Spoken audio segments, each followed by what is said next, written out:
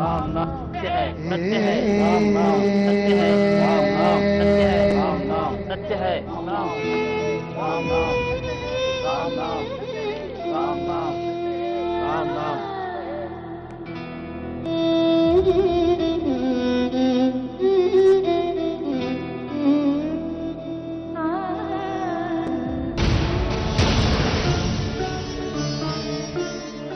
ನೀನಿನ್ನೂ ಹೋಗ್ಲಿಲ್ವಾ?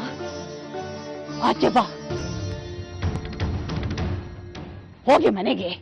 ಹೇಗ್ ಬಂದಿಯೋ ಹಾಗೆ ಹೋಗು. ತೊಲಗು ಇಲ್ಲಿಂದ, ತೊಲಗೆ.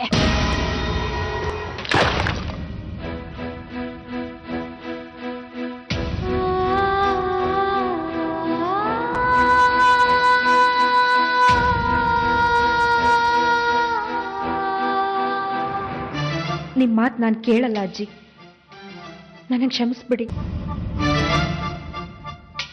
ನಾನು ಹೋಗಲ್ಲ.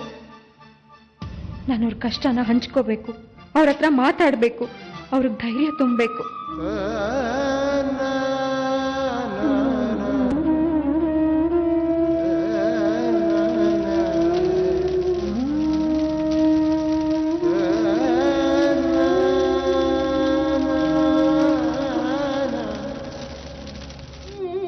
ಸಮಾಧಾನ ಮಾಡ್ಕೊಳ್ಳಿ.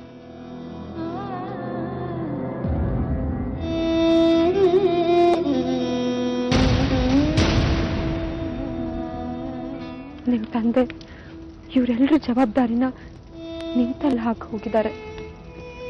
ಅವ್ರ ಮಾತನ್ನ ಮೀರಬಾರ್ದು. ನೀವು ಧೈರ್ಯ ತಗೊಂಡು ನಿಮ್ಮಮ್ಮನ್ನ, ನಿಮ್ಮ ಅಜ್ಜಿನ ಸಮಾಧಾನ ಮಾಡಬೇಕು. ನಾನು ಯಾಕೆ ನಿನ್ನ ಇಷ್ಟಪಟ್ಟೆ? ನಿನ್ನಿಂದ ಇವತ್ತು ನನ್ನ ನೆಮ್ಮದಿ ಹಾಳಾಯ್ತು. ನಿನ್ನ ಪ್ರೀತ, ನಮ್ಮ ಪರಿಸ್ಥಿತಿ ಹೀಗಾಯ್ತು.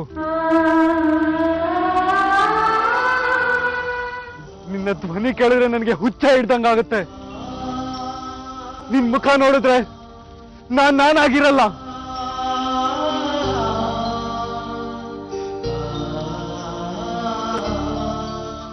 ನಾನು ನಿನ್ನ ಮರಿಬೇಕು, ನಿನ್ನ ಮರಿಲೇಬೇಕು. ನಿನ್ನ ಪ್ರೀತಿ ಹುಚ್ಚಿನಲ್ಲಿ ನೀರೋಕೆ ನನ್ಗಾಗಲ್ಲ. ನನ್ ಕಣ್ಮುಂದೆ ನೀನ್ ಇರ್ಬೇಡ. ಹೊಟ್ಟೋಗು. Get lost from here.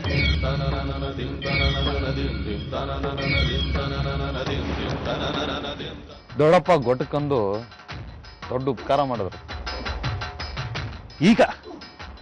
ಈಗ ಈ ಆಸ್ತಿ, ದೇವಸ್ಥಾನದ ಅದಕ್ಕನ ನಾವು ನಮ್ಮ ಕೈಗೆ ತಗೊಳ್ಳೇಬೇಕು.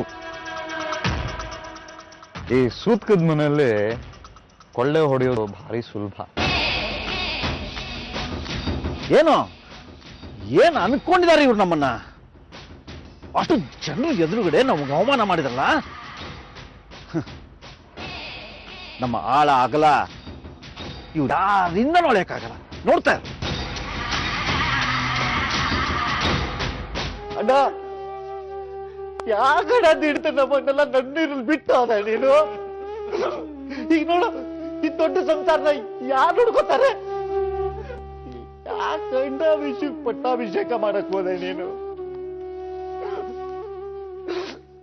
ನಿನಗೆ ಗೊತ್ತಿತ್ತು ಅವನಿಗೆ ಈ ಸಂಸಾರ, ದೇವಸ್ಥಾನ ಇದ್ರಲ್ಲಿ ಯಾವ್ದ್ರಲ್ಲ ಆಸಕ್ತಿ ಇಲ್ಲ ಅಂತ. ಅದು ನೀನು ಅವ್ರಿಗೆ ಪಟ್ಟಕ ಮಾಡಿದೆ.